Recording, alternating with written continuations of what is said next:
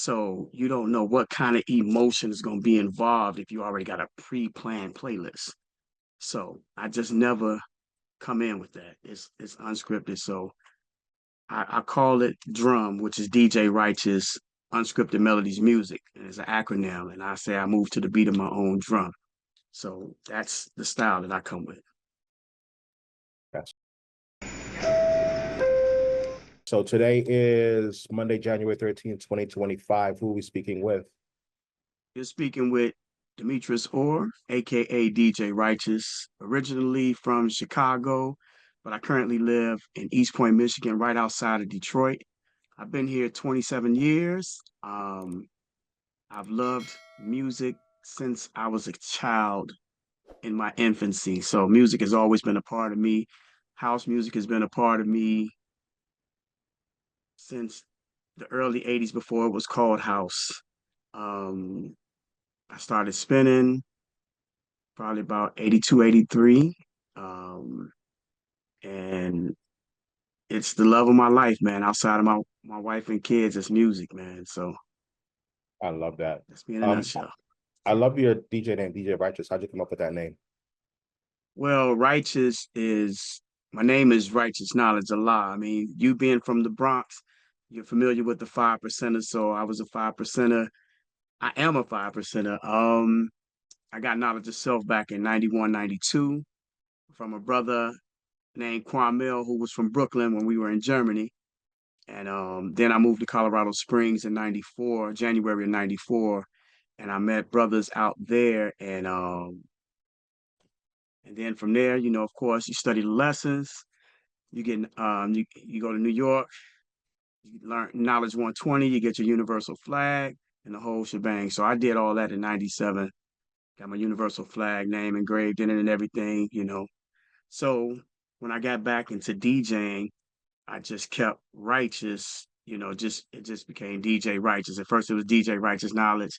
And I was like, DJ Righteous would be good. That'll suffice for the name. So I just stuck with that. And yeah. Great name. I love it. Very memorable. What do you want your legacy to be? Oh, wow. Great question. I want my legacy to be somebody that love the arts. I'll be a DJing as well as poetry. Um, Someone who gave it his all, someone who really gave a damn. I could do this if no money was attached to it.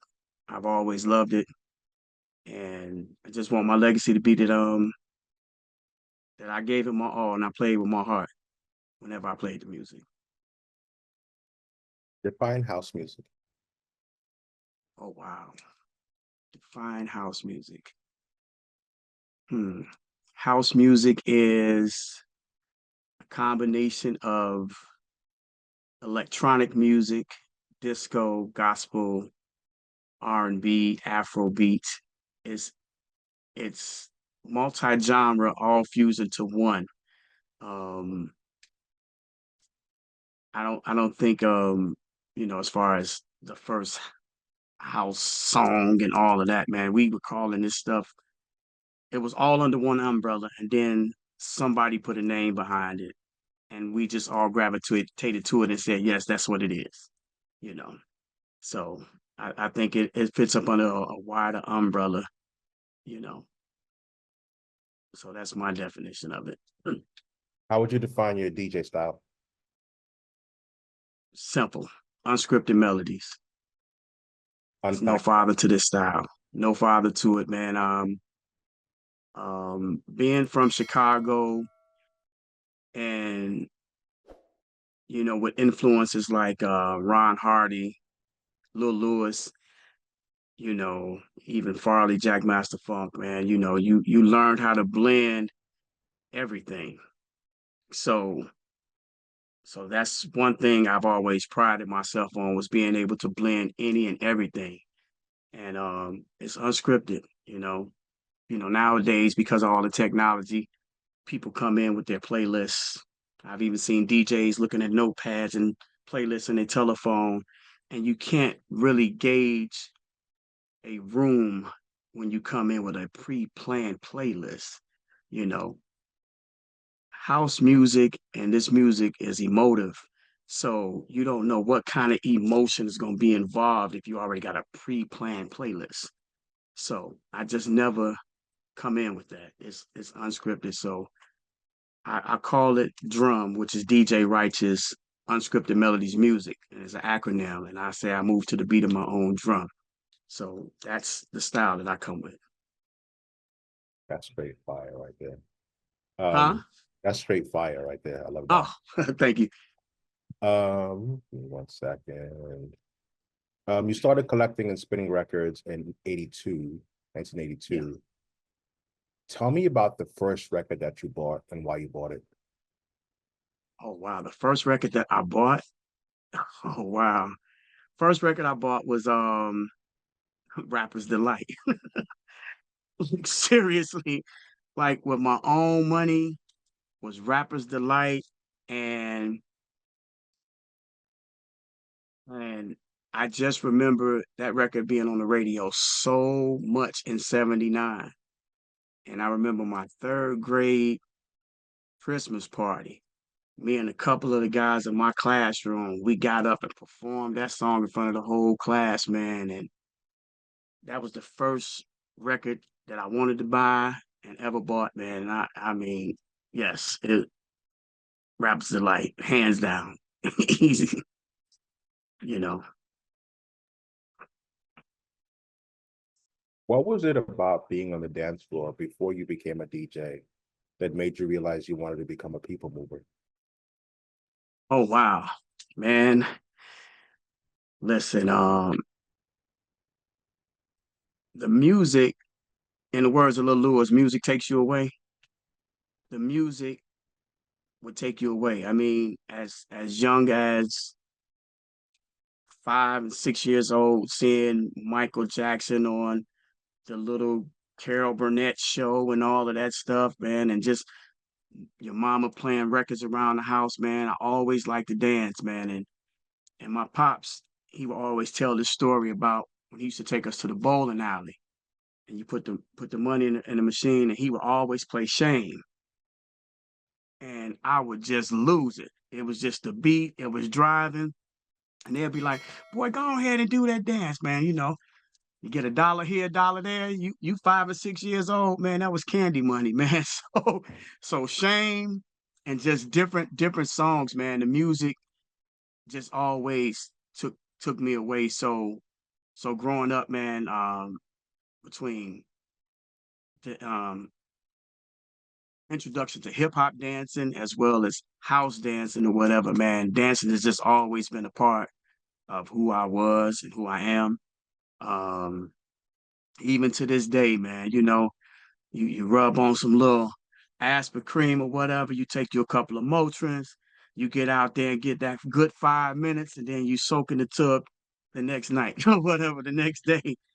But I'm gonna get on the dance floor regardless, man. I love dancing, man. And then my grandmother, man, my grandmother, she taught salsa and merengue dancing. So I always was around music and always, you know, whenever grandma come around, you knew you had to dance a little bit. You had to do some salsa and merengue. She had to make sure you had it. So even up to her untimely death last year, we did that, you know. We did that. So it's always been a part of me, man. Always. When you were coming up in the Chicago house scene as a teenager, what were some of the moments with the musical gods that changed your perspective forever? Man. Hmm. Okay. High Park Athletic Club. We had this spot in High Park called the High Park Athletic Club, and it was like a workout facility or whatever. And one night, it was had to be like 87. I think it was 87. Um, yeah, it's definitely 87. It was summer of 87. And I think it was like Ferris Thomas was there. It might have been Lewis, Armando, whatever the case is. Strings of Life was the first time I heard Strings of Life was at this party. And when I tell you, I lost all my damn sense of whatever, those violins, everything, man. It ape shit crazy on the dance floor, man. It was phenomenal. I just remember everybody's reaction, man. Like it was like everybody's first time hearing it, man. And it was just incredible. And I'll never forget, man, losing it. Like you want to talk about the lose it moment? That was it. Strings of life. I mean, it was a lot of other stuff that happened before then. Yeah, it's cool, but Strings of Life, man, changed my life, man. That song, man, will forever. I just remember the reaction, everything. It's crazy, man. It had to be about 2,000 people in the spot or more. It was crazy. All teenagers. Yeah, it was huge. It was huge. Can you describe the energy and atmosphere of a Chicago house music night in the 80s when you were discovering the scene? You said in the 80s? Yeah. Oh wow. So for me, being that we were slightly younger, it was definitely a fervor. It was definitely exciting. Um, I remember being in like seventh grade, and it was this brother and sister, Malika and Hakeem Rashid. They would throw parties at their house. Okay, and so you would pay your 99 cents or your dollar to get in or whatever. And I remember there was a DJ there named Craig Alexander, who I come to know as Craig Alexander. He was one of the DJs at this party, man. And I just remember him just playing, this is like 83, 84, whatever. I remember him playing Girls, Girls by Solo. It's like, what is this? And it was just incredible. So they would throw parties. Then you had not too far from my house, Sean and Kevin Drumgool, who would throw house parties and everything. So this is 83, 84, you know, in your house, you got, and people, the people be lined up down the street to go to somebody's house and listen to this, man. So by the time I got in high school in 85, house music had taken over. I mean, we had BMX and GCI, but the Hot Mix 5 was on the radio. So you knew you would Friday night and Saturday night, you sitting there with your hand on the pause button. And as soon as they get ready to play the mixes, you release your hand real quick, especially for Farley, man. Farley was larger than life, So whenever Farley got ready to come on the radio, man, you had your hand on the radio ready to receive those songs. So, those were the early, like I say, high school, 85, then 86, you go to the school dances, and then we had a place called Mendel High School on the South Side where they threw the biggest high school house parties, man. And it was, man, you go to Mendel, you hear Ron Hardy, or you hear all these up and comers, man, and it was just incredible, man. You talking about 3,000, 4,000 kids in the gym on the South Side. This, yeah, so yeah, man. House music, I mean, it took over, man, and even at my school, I mean, we went to a grade school called Bryn Mawr, and in my school alone, I had Ron Carroll, Glenn Underground, and LaRon Carson. And all three of those guys went on to become big figures in house music later on. You know what I mean? But just to borrow records from Ron Carroll, you had to basically sign him out like a library card, man. You got to bring this back, because his older brother Nate was a DJ that spun a lot. Oh yeah, man. And that was just in my grade school, man. So yeah, it took over. It took over.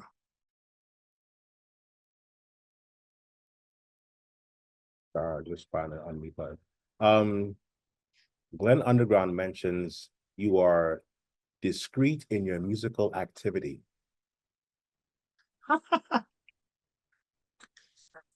Explain. Oh boy, this is what happens when you've known somebody since 78, right? Like literally been knowing him since 78, him and Ron Carroll since 78. Um, I don't I like to let stuff happen.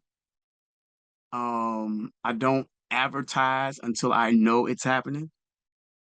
You know, over the past couple of years, I would say the past 6 years, there's been a my my DJ profile has increased way larger than it ever has. And I like to move in stealth mode, man.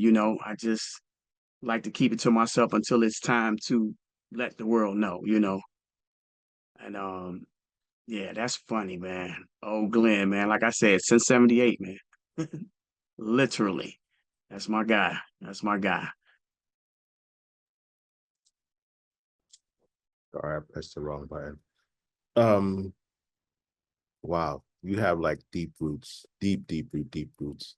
Right. It's like when I really reflect on the fact that I've known Glenn and Ron Carroll since we were 7 years old, and I look at their contributions to this thing that we all grew up loving, and then me coming in later in life and adding my contribution. I'm honored to say that I know those guys, man, and that I've known them for so long, man. They both have extensive catalogs, man, and they definitely left an imprint in the culture and raised the banner for Chicago since the 80s, you know. Yeah. You moved from Chicago to Detroit, Yes. two cities with profound and distinct electronic music legacies. Yeah. How has each city shaped your musical identity?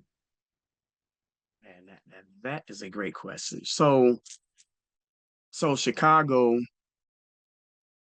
it shaped it, everything from its infancy. Um, it's the foundation of who I am musically and everything. And you know, I mean, it's so many different bricks that were laid in Chicago, so many different styles or what have you, and being able to take little pieces from all of these different elements and merge them into who I am, you know. Then coming to Detroit, um, the music legacy here, electronically, it was just crazy from, the Belleville Three to Moody Man, Malik Pittman, Rick Wilhite, Theo Parrish, Norm Talley, Delano Smith, and being able to merge the I-94 sound, and into who I am. It tells a story when I go to other cities and play, because people be like, "Are you from Chicago or you from Detroit?" I say, "Well, I was born in Chicago. I live in Detroit, but the style is very Midwestern. The style encompasses I-94. That road that leads from Chicago to Detroit and back and forth. So it's definitely, as Malik Pittman says, Midwest fresh. So yeah, man. Like I said, both cities rich rich musical legacies. I'm just glad to be able to merge all of that into who I am as a DJ. When you're in the booth and you see that moment when the crowd is completely in sync with your vision, describe what that feels like. Oh man, it's um, it's always the ultimate high. I mean, the best thing for any DJ is when you're spinning is seeing people in sync or in tune with your vision on the dance floor. You're delivering the music to them and they sonically hear it and it goes to their bodies for them to dance. It's always the best feeling, man.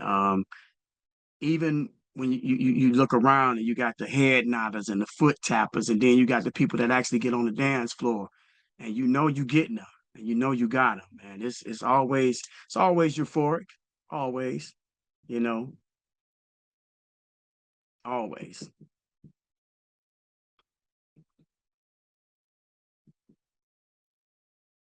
Jamie326 mentions that you started on the other side of the booth. How does your experience as a dancer inform the way you read a crowd? Man, that's easy because I know as a dancer, I know what I like to hear and I know what moves me. So when I'm in that space, I want to be able to move the people like I want to be moved, you know, because like I said before, the music is emotive, man. I mean, whether you playing a straight house track, a gospel tune, um, Afro beat or whatever, man, I want it to move me. I want to be able to evoke the spirits that I feel when I'm on the dance floor and the DJ is moving me. So I want to transfer that same energy to the dance floor when I spin, you know, and hopefully people grasp it, you know.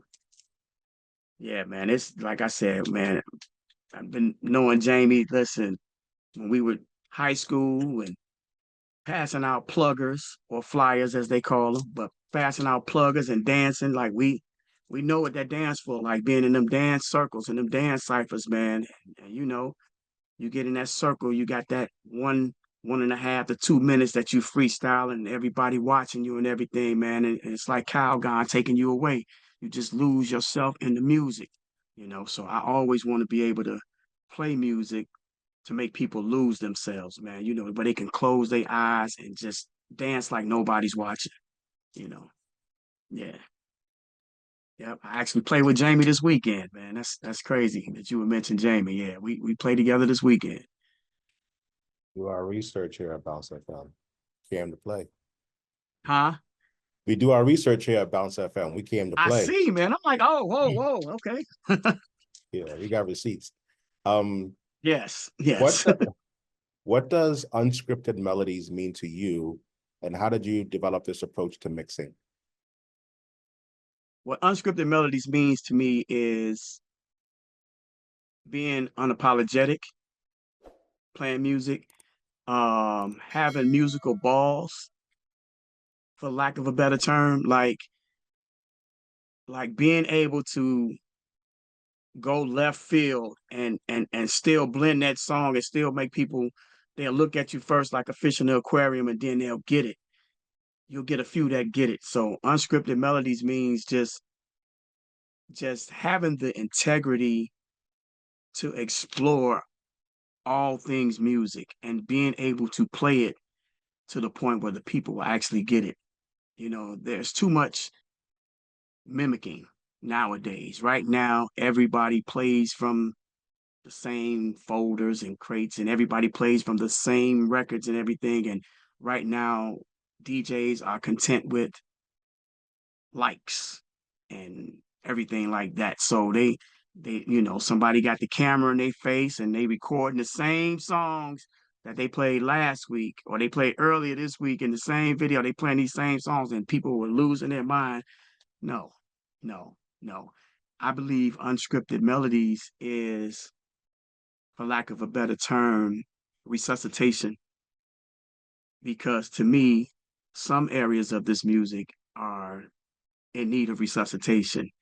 And I feel that when I play, that's my duty is to resuscitate people, you know, to give them life. You know, people always say, oh, they gave me life. No, that's some of that stuff is regurgitated. It's the same mundane thing. And if that gave you life, you was definitely on life support. So I'm coming here to give you life. Seriously, you know, and it's like I said, no father to the style, just playing what I feel, man. You know, but that comes from listening to a Lil Lewis, Ron Hardy, hell, Glenn Underground for that matter, Darren Jones, Jamie326. A lot of times these Theo Parrish is another one. They got balls and they will play stuff to left field and you'll be like, whoa, you know? Yeah, so it's just yeah. It just means being unapologetic about what I play, period. Can you tell me about a night where everything went wrong and how you turned it around? Gosh, man, I was playing Sharivari Festival. I want to say, in 22. I'm at a festival, mind you, all right? Rocking. Emergency loop, emergency loop, emergency loop on the CDJ. I'm like, oh my gosh, in front of everybody. I look at Glenn, he look at me, Deion Hunter gives me another flash drive. I put the other flash drive in, stop that one, turn that one off, and just start playing out his flash drive. And then everything went right back to normal. But I was so frazzled and mad because it was my first time playing Sharivari, and I was like, damn it, man, I just messed up my moment. I just messed up my moment. Yeah. Yeah, that was I want to say it had to be 2000, yeah, 22, yeah. Yeah. Yeah. Man. But I bounced back though. But it Got still it back, was so like, it was good. You got it back, so it was good. oh my gosh, yeah, but just that whole moment was like, yeah, yeah, yeah. When you talk about sound bending various soundscapes and textures, Mhm. what does that mean? Walk me through that process during a set. Oh wow. So sound bending can be going from just your basic four to the floor song, something by anybody, just regular boom, boom, boom, boom. Then you come in with a little Afro beat, with some Tony Allen or some Fela, and then next thing you know, you might end up playing B-52s or something like that, man. Just being able to move that music up and down like this, man, and still be able to make it all sound smooth and seamless. So, sound bending the genres, man, it's just like I say, it's just a testament of those legends that laid the groundwork to have the balls to play it. I mean, you would hear, Ron Hardy playing Ryu Kawasaki, stuff like that, just left, but then come back and play just as long as I got you or No Way Back, that No Way Back edit still to this day. Still. Ron Hardy edits, the original edits, man, listen, still they are the foundation, man. And they man, still to this day, man. Yeah. So just being able to have the ability to and the ear and the guts to play stuff that's not the norm, just stepping outside the box just a little bit, man. And when you are in particular rooms, what might fly and what might not fly, you know, like you iterated earlier, before we started the interview about the clubs. Like we went from clubs to now it's all lounges and bars. So the club aesthetic only really happens in a club per se. Whereas in the bars and lounges, you got, you try to give it that edge, but at the same time, it's like you can't really give it to them. And then a lot of times you got inflated lineups. You got 4, 5, 6 DJs on a lineup. You got 4 hours to play, and everybody trying to bang, bang, bang, as opposed to, really just, in the club, man, you got the disco ball, you got the big sound, the real sound systems, not just somebody coming with some powered speakers and setting up. It was pride taken in the power in the system. It was lights. It was just all of these different moving parts, man, that made the club aesthetic what it was. Right now, we all fighting to play in lounges and bars, and unless you know you rent a hall, or there's actually a club, you're able to get that aesthetic that we all loved back in the day, but yeah, but nowadays it's just like I say, man, it's not really that many clubs anymore, man. So that's why when the big events come and somebody then rented out a big enough space, it's like, all right, let's go. Like the warehouses, like, people used to rent out warehouses and everything, man. But yeah, I just wish clubs would come back, man. But I know it's a different day, so you just keep it moving. What was the most important lesson you learned from watching Ron Hardy work?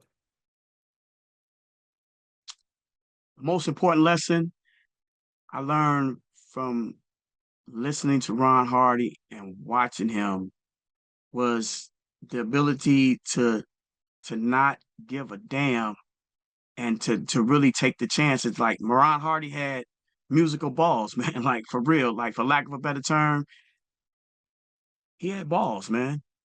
You know, um, the city, you got so many at that time, you got so many different levels. You got DJs on the south side, DJs on the north side, DJs on the west side. And Ron Hardy was distinct that he would take you on a trip, literally. And he would take you on a journey, man. Ron Hardy used to have marathons, like all day marathons. And you would hear any and everything, but Ron Hardy made it work. And that's not to take anything away from what everybody else was doing, because it all helped shape me as a DJ. But Ron Hardy had balls, man. He was just different. He was just different, man. It's like the New Yorkers talk about Larry Levan. Like Larry broke records. Larry broke records. And Mancuso and Siani, T. Scott, those dudes were, incredible. But like, Ron Hardy, I mean, Frankie, I mean, it's people that, Sadar. I mean, these people, it's about having balls and integrity to do it, and the people will gravitate to it eventually, but you can't be scared, man. Right now, it's a lot of safe DJing going on. Everybody's safe. Everybody wants to, you know, be liked on social media, so everybody's safe.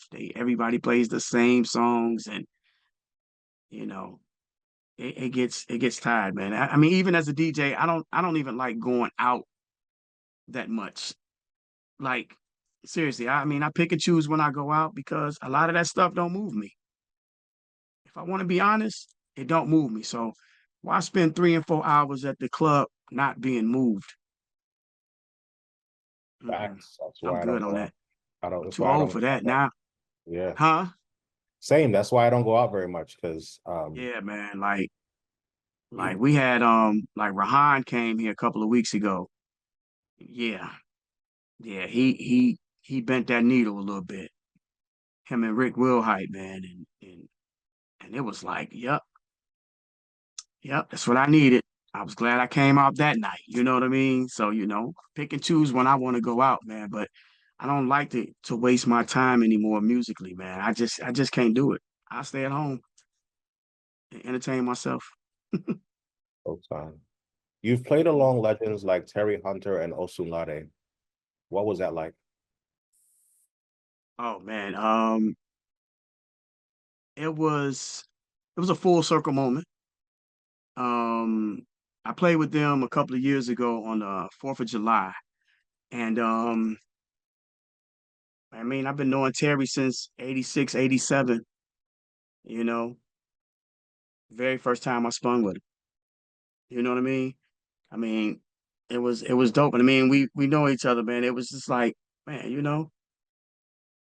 I had to be all the way in Detroit to do it, but it felt good. And then even Osunlade, man, just the fact that this brother is from St. Louis, which of course is another Midwest city, man, and he's carved out such a niche, man, and he's just it was like, man, this Osunlade, man, I got a lot of your tunes. I bought a lot of your tunes. I play a lot of your tunes, and it felt good to share the stage with them. You know what I mean? So, yeah, there was definitely a full circle moment, man. And like I said, all this is later. You know what I mean? Like I said, I've been doing this a while, so to get this later, I'm appreciative, grateful, but it's also a testament to work ethic and sticking to it. That's all. What's a record in your collection that you consider sacred? Oh, wow. Um, Record in my collection that I consider sacred. I would say my own record. I have an edit. I have an album that came out last year, um, on Just What the World Needs label out of Brooklyn. I did 3 edits on it, and you know, it's the very first vinyl record I ever put out. And 52 years old, been a part of this stuff, 40 years as a kid and everything else. And then I finally got something that I can touch and say that I did. You know what I mean? So that to me, that's the most sacred record I have, you know. And I got a bunch of records, and a bunch of them are sacred. But for me personally, it's my own record, you know. Because if I don't ever make another record again, at least I can say I got that one, you know. So What does righteousness in music mean to you? um playing from the heart, playing from a place of purity, um, playing from a place that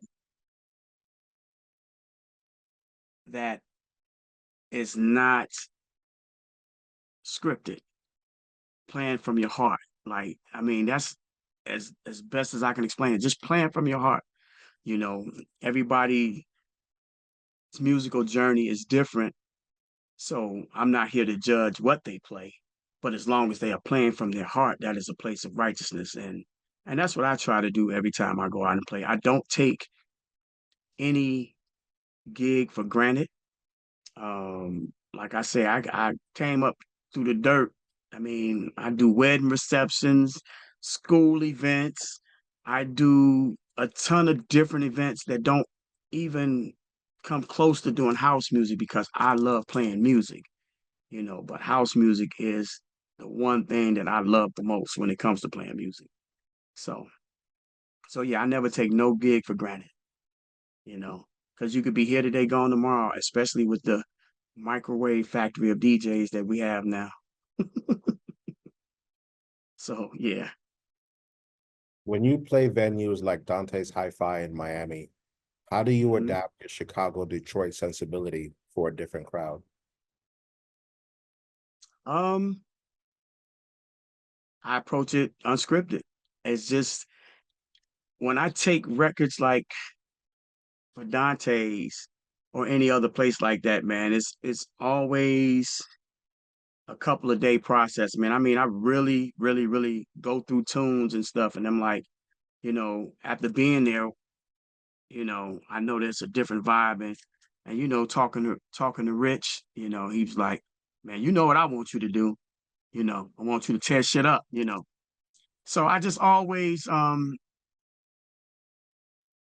give a little bit of everything from disco to Chicago tunes, Detroit tunes, Afrobeat or whatever, man. I make sure I take enough to cover everything I want. And then once I get there, I'm able to fill out the vibe and then I'm just able to go from there. So I usually come with 2 record bags and 45s.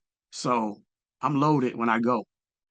I'm loaded, man. So I don't leave no stone unturned. I'm like, okay, whatever I'm feeling, and usually somebody's playing before me, so I get to feel that, and then just go from there.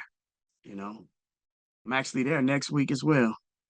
I'm there next Tuesday at Dante's. So it's always a great time going out there. You know. What's a record that you play that always surprises people? Oh wow, damn, that's a good question. Hmm. You know what? I played These Things Happen by Viola in Miami.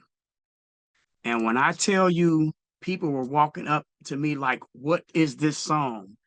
And like, even the other DJ was like, "What's this?" You know what I'm saying? Like, it was coming down the block, man. And it's like a 11-minute song. Like, I damn near let it play all the way to the end because people was feeling it so much, asking to take a picture of the label, all of that, man. So that kind of shocked me because that's like a staple at home, man. It's like, okay, but to see the reaction, yeah, that. And another record is Sing Sing by Charlie Kaleo Orchestra.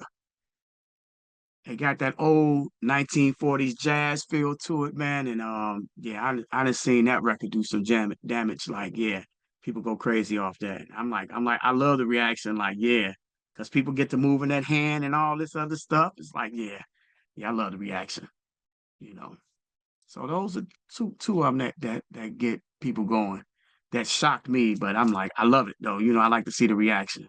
Because I know how I would feel when I'm on the dance floor and I hear it. I'm like, oh yeah, it's about to go down. How do you maintain the spiritual aspect of house music in an increasingly commercialized scene? Mm. Staying true to myself.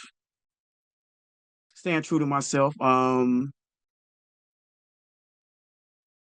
I pride myself on evoking the spirit of those that came before me with this music. Some of them are still here, some of them are gone. Um, and I play what moves me, and you got to keep that spirit going, even when you're in the club or the lounge or wherever. People want to hear the same old stuff. And no diss to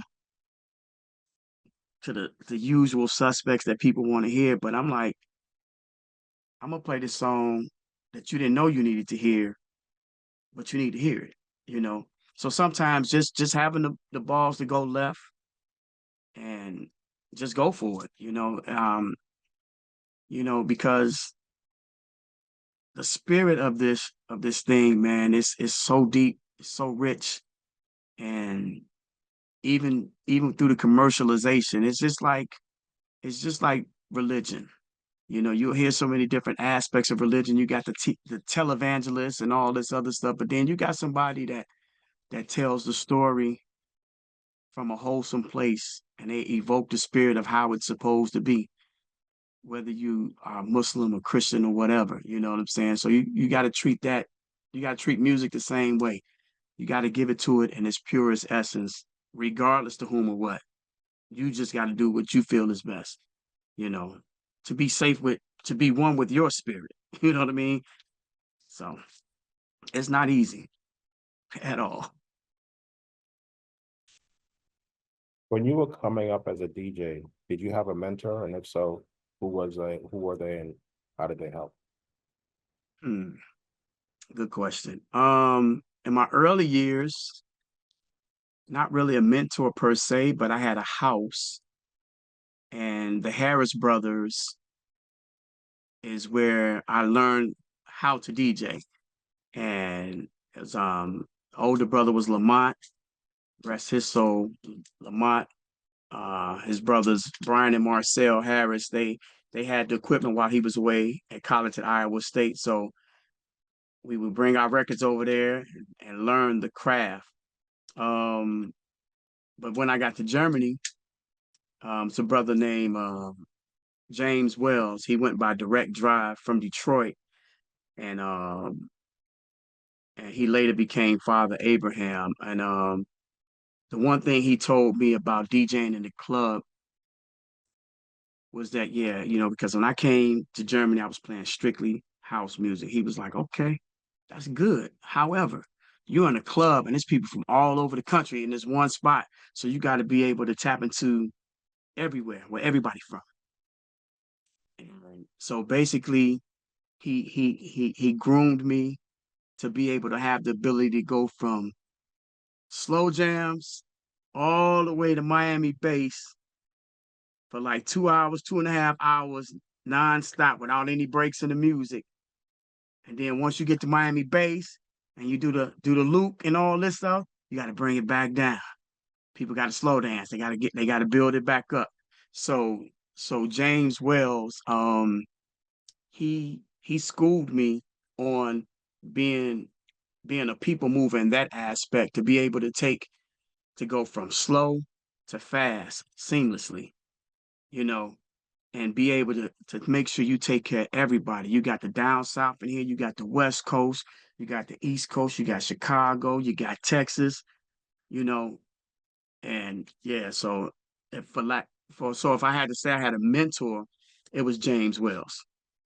He was my mentor, man, and you know, lost him last year, man, and I'm just glad that Veterans Day of 23, we got to DJ one more last time together in Columbia, South Carolina. And we got to DJ, and about 25 of our friends that we served with in Germany, they all came out because we were DJing together. And some of the people we hadn't seen in over 30 years. So that was a moment. So I was glad to spend with my mentor one last time before his untimely death. So, but yeah, that was my man, you know. Yep. Knowing what you know now, how would you approach your DJ career differently? Oh wow, man. Um, Knowing what I know now, I would have taken those piano lessons that I stopped taking a little bit more serious. Um, I would I would have immersed myself more into the production aspect of music when I was younger. Um, and master marketing, master the marketing aspect of myself, marketing myself, and being able to just um just move a little different, man. Things have changed. I mean, we came up when there was no social media. So if a person heard about you, they had to hear about you through word of mouth or through a tape or something like that. So, in the height of house music having the big Chicago boom, I went away to Germany. I went to the army. And I just wish I had, like I said, just did it a little different, but I'm glad at the way I did it because it makes me appreciate it more. Like I got to spend house music in Germany. I got to take house music to Colorado Springs and play it out there, because it's a military post. You're gonna have people from Chicago, New York, Detroit, and everything else like that. So spinning out there, I was able to take it out there, you know. So yeah, I wouldn't trade it for nothing because I've met so many people playing music and but just the marketing approach and just learning to play music earlier and really sticking with it, not just playing records, but wanting to make records, you know, So that's what I would be the only thing I would change. Talk about advice. What advice would you give to the next generation? Learn your craft, hone your craft, and um don't take don't don't ever think that you're bigger than the music, ever. Um, because this stuff will be here long after you gone. This stuff will be here. All this stuff will be here. Appreciate the music. Appreciate the time that the artist took to make something for you to play and make music. I would advise people to make music. Make your own contribution to something that you love.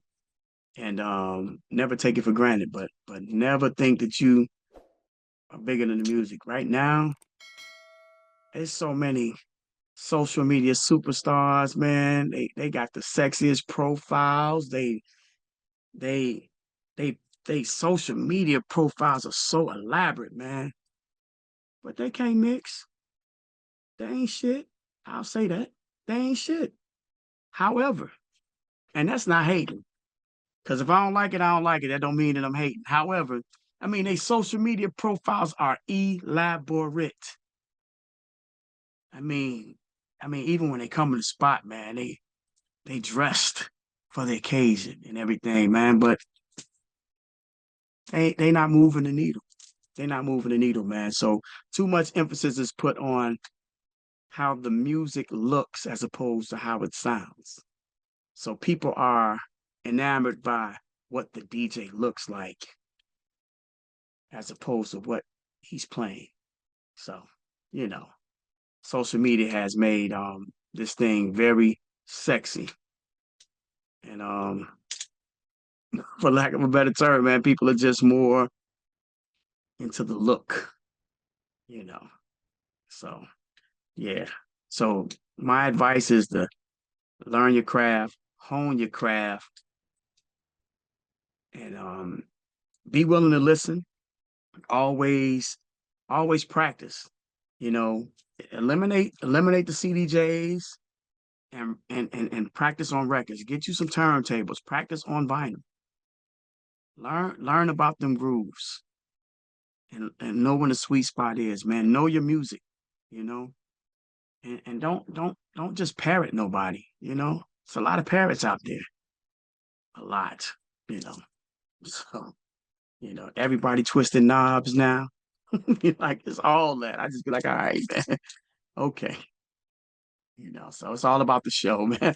I'm serious. It's all about the show, man. The music has taken a back seat, and it's about getting back to the music, man. You know, it's a lot of people putting in a lot of work to make some beautiful music for people to dance to listen to, and everything else like that. So it shouldn't take a back seat to your profile. And everybody's talking about branding. Okay, it's cool to brand yourself and everything, but some of y'all need to be still practicing and honing your skills. You know, if you spent as much time on the craft as you do on your social media profile, you might be better, you know. But, that's a telling tale for another day, you know. What's next for DJ Righteous? Um, what's next? Hopefully within the first quarter of this year, I have some more music coming out. You know, I do have stuff ready to go, you know, just going through the motions. Stuff ready to come out. Uh like I said, what's next? We got Spending Sunday with Jamie 326, Tony Dennis and Mark Duncan here in Detroit. Then next Tuesday, I'm at Dante's. And then that Friday, I'm in Grand Rapids playing the 13th anniversary party for Grand Rapids Social Club. So that's an honor in itself, man. And you know, looking at their page and seeing all the people that they had there before, it's an honor to even be asked. And and so I'm going to go in, yeah, taking some records, you know. So a lot of records, man. So I'm glad they got wheels on these record bags now. Trust me, trust me, you know. So yeah, that's what's next. But hopefully having some music out in the first quarter, or at least by the summer. You know, I don't want to just put out something, just to say I got something out. I really take pride, and even if it's an edit, man, making sure that the edit is going to be worthy and viable for people to purchase, for people to dance to it, as opposed to just putting out music just to say I put out music. I ain't put out music till I was 52, so at this point, there's no need to rush now, So, And last yeah. question, if people want to DJ Righteous, how do they do it? If they want to contact me, Yeah, if they want to book you. if they want to book me, they can go to DJ Righteous 11 on Instagram, um, Demetrius Orr on Facebook, and DJ Righteous 11 at gmail.com, via email. Those are the best ways to get in contact with me. And you'll be in for a musical experience, unscripted, of course. Thank you, sir. This was great. All right, man. I appreciate you taking your time out, man, and sending my thoughts out to all the people in LA who are going through it right now. It's a travesty. And I just hope that better days are ahead for everybody out there. And like I said, thank you once again. I appreciate it, man. Thank you. I appreciate you, brother. All right. Take care, brother. All right, peace.